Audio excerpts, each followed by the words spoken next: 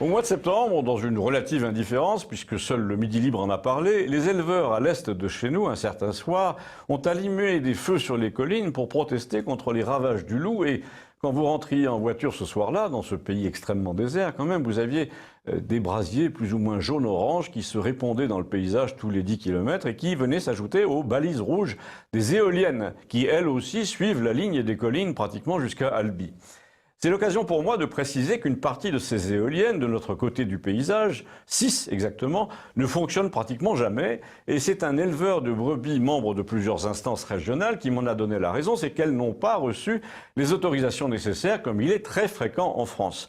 Donc non seulement c'est moche, d'une rentabilité douteuse, et ça empêche de regarder les étoiles à cause du phare rouge, mais chez nous c'est en plus immobile et donc non rentable. Encore merci messieurs. Je précise que si on veut des informations chez nous sur pratiquement tous les sujets qui nous concernent, il ne faut pas lire la presse mais connaître quelqu'un qui participe aux réunions syndicales d'éleveurs. C'est là qu'on apprend par exemple que l'EDF n'est pas très empressé pour raccorder au réseau des éoliennes parce qu'elle veut préserver le nucléaire, que plus de la moitié des installations font l'objet d'un recours, même si le nombre d'autorisations nécessaires a été réduit à un seul formulaire, et qu'il faut en général 7 ans pour que ces grandes hélices soient opérationnelles, et encore quand le vent souffle. Mais nous ne sommes pas ici pour faire un point technique sur cette question, il s'agit seulement d'illustrer que dans les deux cas, le loup et l'énergie éolienne, qu'on peut appeler spéculative, puisque ce sont pour l'instant des contrats avant tout juteux pour le promoteur, dans les deux cas, dis-je, ce sont les ruraux, les locaux, les riverains qui payent le prix moral et financier d'une aberration européenne.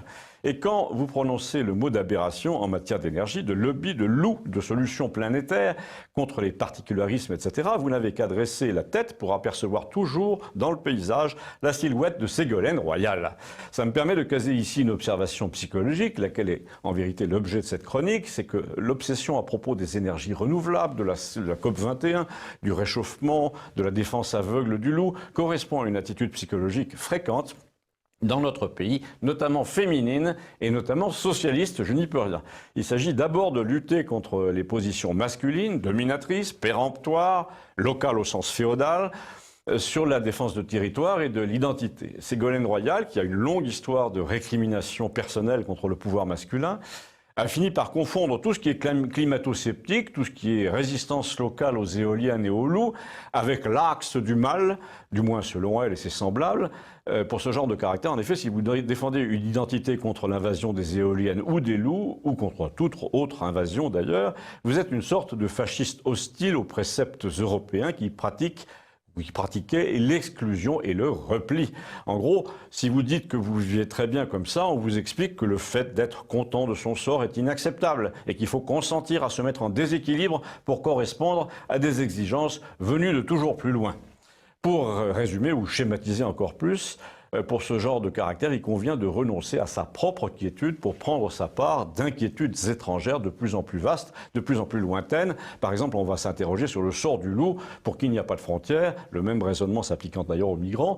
On va dire que tout le monde a le droit de vivre, même les prédateurs. On va s'appuyer sur la théorie du réchauffement d'origine humaine pour écraser les puissances locales, parce que là, j'y reviens dans tous ces esprits revanchards. L'obsession est de réduire, de jeter par terre l'ordre dont on a souffert dans sa jeunesse quand on est atteint ou atteinte d'une névrose narcissique.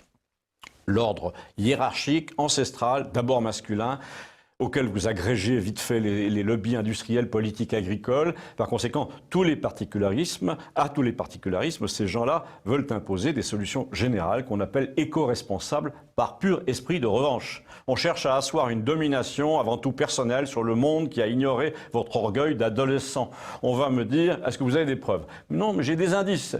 Il suffit de voir combien notre passionnariat de l'écologie, là, voyage, pour combien d'argent, depuis combien de temps, avec combien de gens, au prix de combien de tonnes de kérosène, pour se douter qu'il y a un loup, comme on dit. Expression dont l'ambiguïté permet de souligner que tout ça relève à la fois dans l'ordre du psychiatre, de la Cour des comptes et de l'amicale des chasseurs. Faites passer ce sujet, merci. On le retrouve sur Campagnol TVL et sur YouTube.